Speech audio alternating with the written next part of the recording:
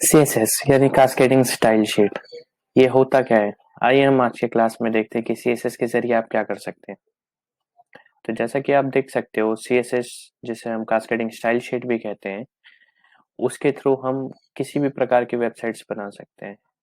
Let's take for example, जो आपके screen पे ये वेबसाइट्स दिख रहे हैं, अगर आपको इनको स्टाइल करना है और ऐसा खूबसूरत वेबसाइट बनाना है, तो वो आप सिर्फ और सिर्फ सीएसएस के थ्रू कर सकते हो।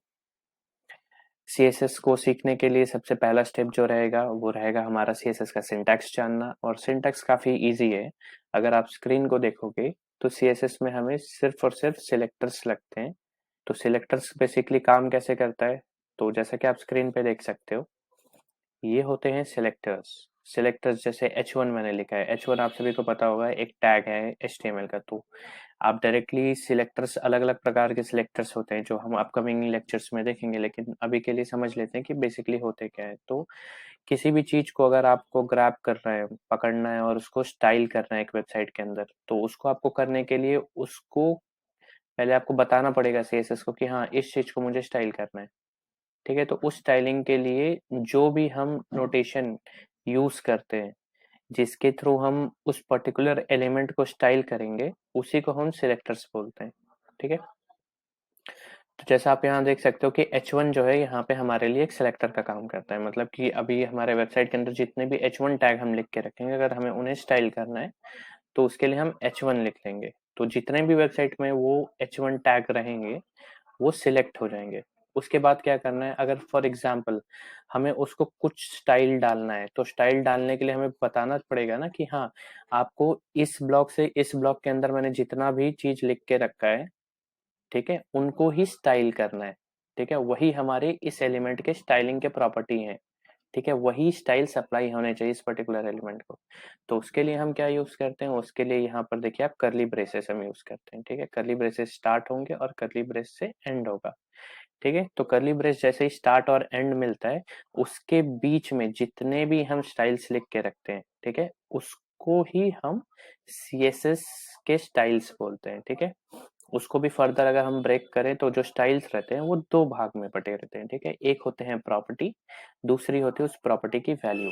ठीक है, अभी एग्जाम्पल के तौर पे हमारा जैसा एग्जाम्पल दिख रहा है कि H1 जो हमारा है, H1 को अगर हमें कलर करना है, ठीक है, तो हमें एक प्रॉपर्टी बोलना पड़ेगा ना कि हाँ, इसकी प्रॉपर्टी क्या है। तो प्रॉपर्टी जो रहते हैं वो कॉमन रहते हैं। ठीक है, वैल्यूज चेंज हो सकते हैं आपके अलावा।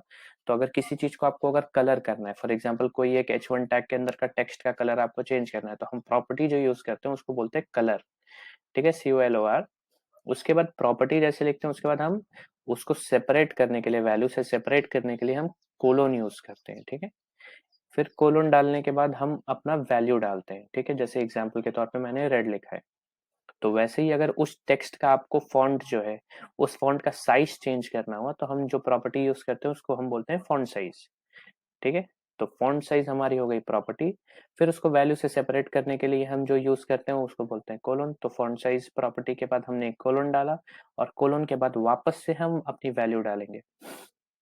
तो यहाँ पर जो हमने वैल्यू डाला है वो है 14 पिक्सल्स। ठीक है, तो ये बेसिकली हमने अभी पिक्सल्स में डाला है। अभी हम फर्दर और भी देखेंगे कि वैल्यूज में ये पिक्सल्स, एम, रेम, ये बाकी सारी चीजें क्या होती हैं। अभी के लिए फिलहाल समझ लेते हैं कि 14 पिक्सल उस टेक्स्ट की वैल्यू है।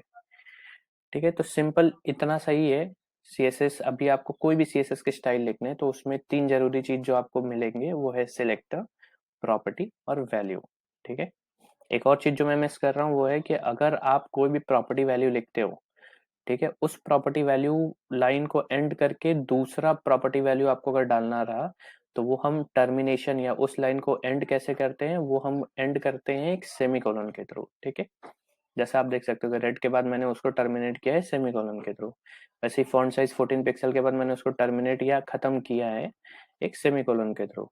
और इन टोटल जो चीज है इसको हम कहाँ लिखते हैं, एक करली ब्रेस के अंदर, ताकि पता चल जाए इस पर्टिकुलर H1 एलिमेंट के लिए हम ये स्टाइल्स डाल रहे हैं। ठीक है, और H1 हमारा क्या हो गया, H1 हमारा हो गया सिलेक्टर। तो ऐसे अलग अलग सिलेक्टर्स हम यूज करते थे। अगर पैराग्राफ रहता तो हम लोग P टैग लिख देते हैं यहाँ पे H1 की जगह, तो P हमारा सिलेक्टर हो जाता। तो सिलेक्टर का कॉन्सेप्ट बड़ा सिंपल है। आपको एक चाहिए सिलेक्टर, उसको सिलेक्टर के बाद आपको एक ब्लॉक डालना पड़ेगा जिसके अंदर आप प्रॉपर्टीज और वैल्यूज अपने लिखोगे। प्रॉपर्टी वैल्यूज के बीच में कोलोन रहता है जो सेपरेट करता है प्रॉपर्टी वैल्यू को। एक प्रॉपर्टी वैल्यू का पेयर दूसरे से सेपरेट होता है कोलोन के थ्रू। और ये सारी चीजें जो रहते हैं वो कर्ली ब्रेसेस के अंदर लिखे रहते हैं ताकि पता चले कि हाँ ये इस सिलेक्टर की सीएसएस है। तो अगर आप ध्यान दो तो मैं अभी कोड के थ्रू आपको दिखाता हूँ, ठीक है। तो ये तो हो गया हमारा एक बेसिक एग्जाम। अभी अगर हम देखें कि हमारे पास एक ऐसा HTML लिखा हुआ है, ठीक है। एग्जाम्पल के तौर पे हमारा ये एक HTML है जिसमें head, title, head, body, H1 body और यहाँ पे एंड टैग्स लिखे हुए हैं, ठीक है। तो यहाँ पे टाइटल लिखा हुआ है फुल स्टैक विद AB और H1 टैग के अंदर यहाँ पे CSS is fun लिखा हुआ है। अगर हमें इसे स्टाइल करना रहा तो हम कैसे कर सकते हैं? हम सीधा सीधा यहाँ पर आएंगे कोड एडिटर में अपने, और suppose let's take for example ये हमारा हमने जो HTML लिखा था उसको हम ब्राउजर में अगर व्यू करते हैं और उसको इंस्पेक्ट करते हैं तो अपने को ये मिल जाएगा दिखने के लिए एलिमेंट पैनल में।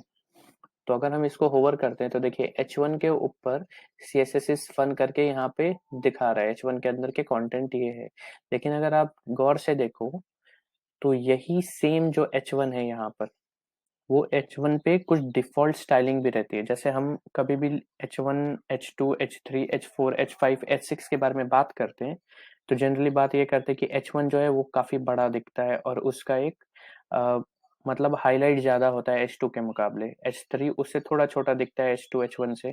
H4 उससे भी छोटा दिखता है। तो ये प्रॉपर्टीज जो है ये कहीं ना कहीं से तो आती होगी ना। तो ये कुछ डिफॉल्ट CSS रहते हैं एलिमेंट पे जो पहले से लगे हुए रहते हैं। तो वैसे ही अगर हम ध्यान से देखें तो यहाँ H1 जो हमारा है, H1 पे भी ये हमारे कुछ डिफॉल्ट स्टाइल पहले से लगे हुए रहते हैं। अगर आप ध्यान से देखो तो ये देखो, ये राइट साइड में जो हमारा ये दिख रहा है स्टाइल्स टैब के अंदर, ये H1 का CSS है जो कि डिफॉल्ट CSS है जो पहले से लगे हुए हैं। तो H1 टैग के ऊपर क्या लगा रहता है? Display block. ये क्या होता है ये मैं बताऊंगा आपको बाद में। फॉन्ट साइज लगा रहता है 2M का, ये भी मैं आपको बाद में बताऊंगा कि 2EM क्या होती है, ये एक्चुअल में क्या है यूनिट। वैसे ही मार्जिन ब्लॉक स्टार्ट मार्जिन लगा रहता है। तो ये अलग अलग प्रॉपर्टीज देखिए लगे हुए हैं। फॉन्ट वेट बोल्ड, ये टेक्स्ट जो रहता है वो हमें बोल्ड में दिखते हैं H1 के, पैराग्राफ के नहीं दिखते हैं। तो ये हमारे डिफॉल्ट स्टाइलिंग्स ऑलरेडी लगे हुए हैं हमारे एलिमेंट्स पे। तो ये सारी चीज अगर आप ध्यान से देखो तो इसमें भी हमें वही सेम ही सिंटैक्स जो है, ये सिंटैक्स कॉमन है, ठीक है। एक सिलेक्टर रहेगा, एक ब्लॉक रहेगा, करली ब्रेसेस का ब्लॉक रहेगा जिसके अंदर हम प्रॉपर्टी वैल्यू लिखेंगे। एक प्रॉपर्टी वैल्यू दूसरे से सेपरेट कैसे होता है? एक सेमीकोलन के थ्रू, ठीक है। तो आज के क्लास में इतना ही, बाकी हम नेक्स्ट क्लास में देखेंगे। Thank you.